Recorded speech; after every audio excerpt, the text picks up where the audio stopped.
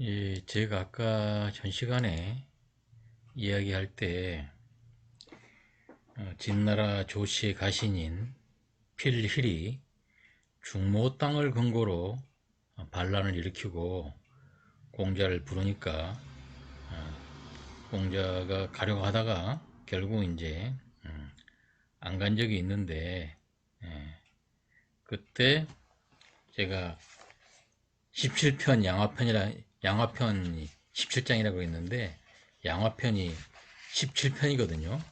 실제로는 6장입니다. 6장. 6장. 그래서 여기에는 이렇게 이야기가 되어 있어요. 제가 지난번에 할 때 50세 때 공산분류란 사람이 비입을 근거로 계시를 배반하고 공자를 불렀을 때 가고자 했지만 끝내 가지 않았는데, 요것도 같은 17편 양화편, 이건 4장이고요. 조금 전에 말씀드렸던 필힐이 중모 땅을 근거로 공자를 부른 거는 요거는 6장이에요. 같은 17편 양화편 6장, 공산분류는 4장, 필힐은 6장인데,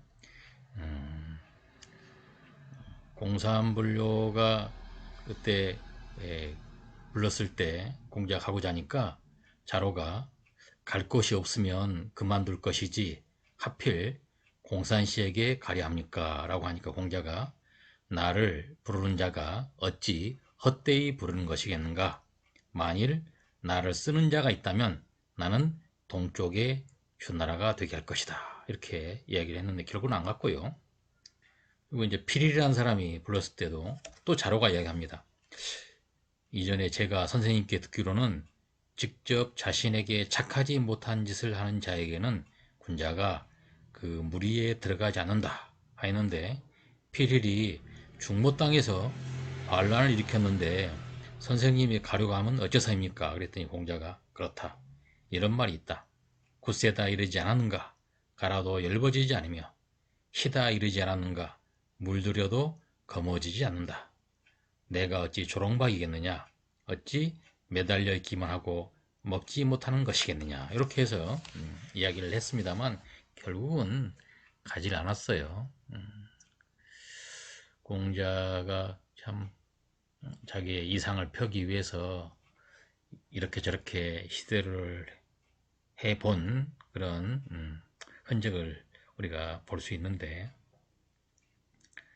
어, 제가 전에도 말씀드린 것 같은데 우리가 얘기하는 것은 너무 지나치게 전문적인 것은 하지 않겠습니다.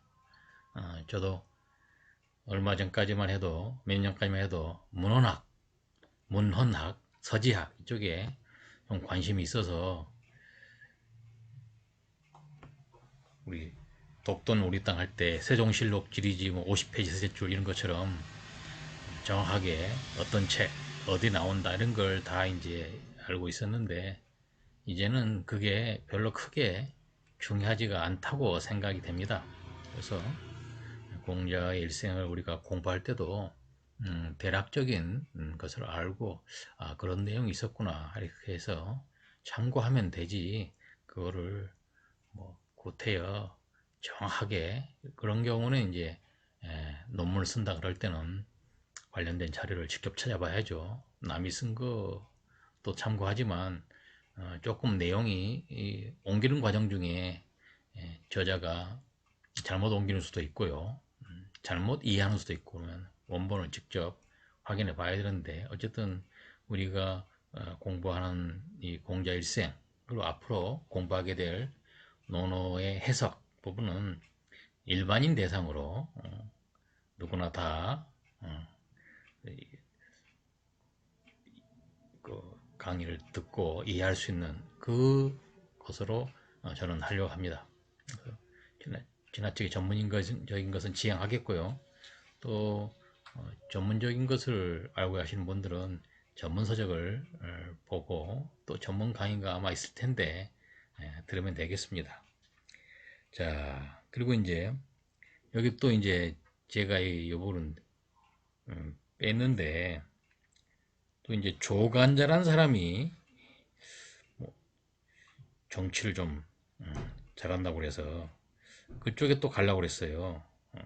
근데 이 사람이 두명독과 순화라는 이 두 명의 현인을 죽였다는 말을 듣고 황하까지 갔다가 수레바퀴를 돌려서 다시 이제 못 가고 왔는데 그때 공자가 수레바퀴를 돌린 곳 공자회원처라는 곳이 있어요. 그래서 거기 비석이 세워져 있는데 거기도 한번 가봤습니다.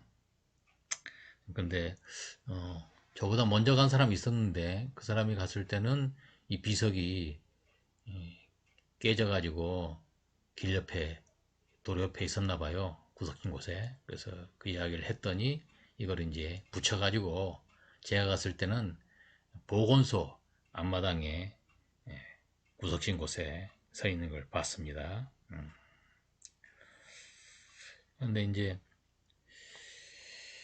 당시에 개 환자가 이제 죽을 때 노나라의 실력자 여기는 안 넣습니다만 아들인 개강자에게 유언을 했어요. 공자를 불러라. 내가 전에 공자가 세력이 성장하는 것을 싫어하여 공자가 그걸 알고 조유천을 떠났는데 지금 생각해보니 잘못됐다. 그러니 공자를 다시 부르자. 그랬더니 주변에서 반대를 해가지고 공자의 제자 염구를 불렀습니다. 염구와 관계는 여기 뒤에 여기 68세에 나오니까 그때 좀 이야기를 하도록 하고요. 어쨌든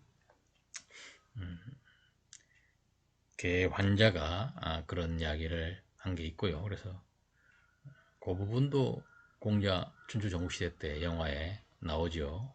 극적으로 묘사되어 있는데 자 그리고 이제 여기 이제 다시 여기 자료로 가겠습니다. 63세 때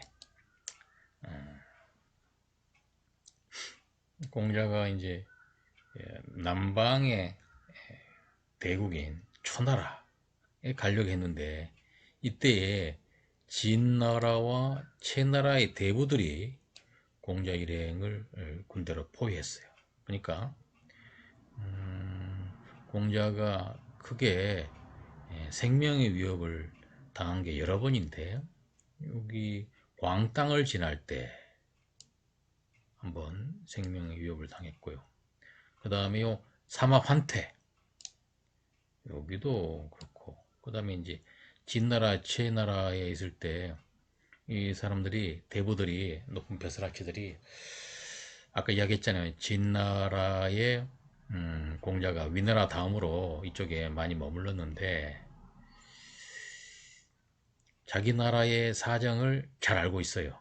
그래서 이 공자가 초나라에 가가지고 자기 나라의 어떤 기밀 같은 거, 물론 자기 나라에 불리한 그런 것들을 초나라의 공자가 고자질하지 않을까라고 그런 두려움에 공자 일행을 군대로 포위했어요. 이때 이제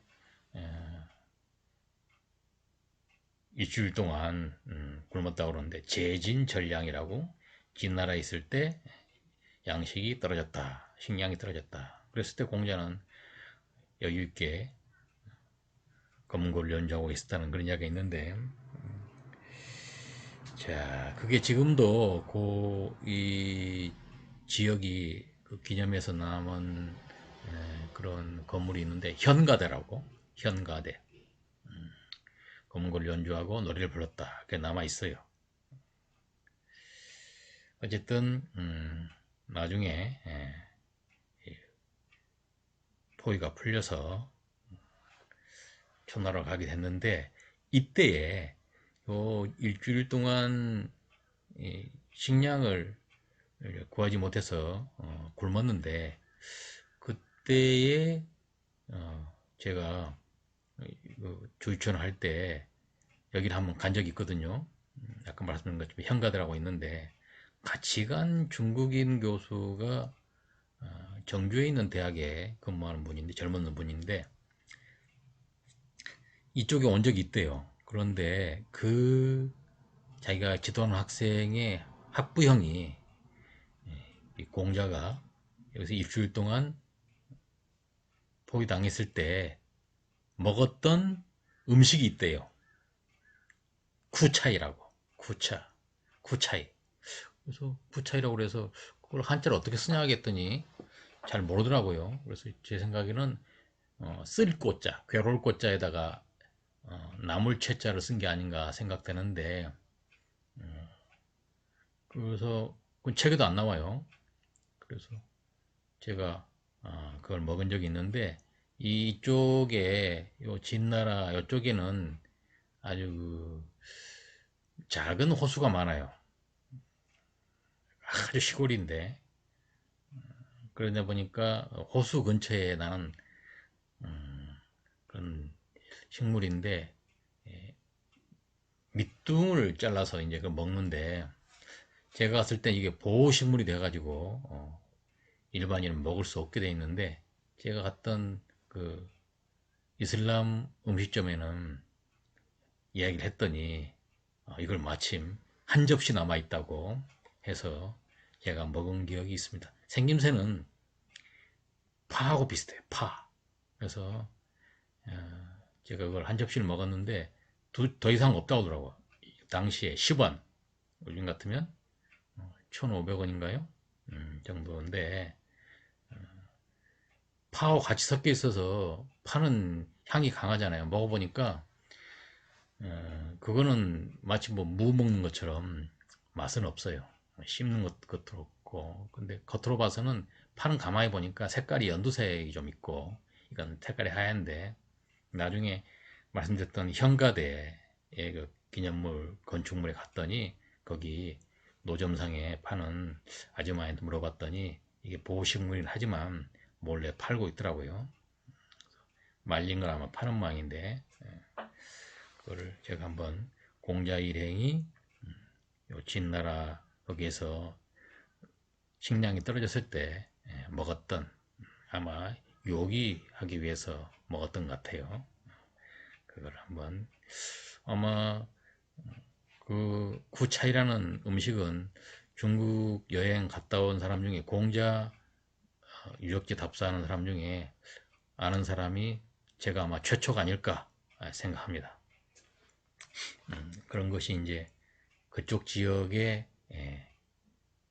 교수, 이 사람은 복단대학에서 역사지리학으로 박사를 받은 사람인데 아주 총명하고, 역시 역사지리학이란 게 중국엔 있더라고요.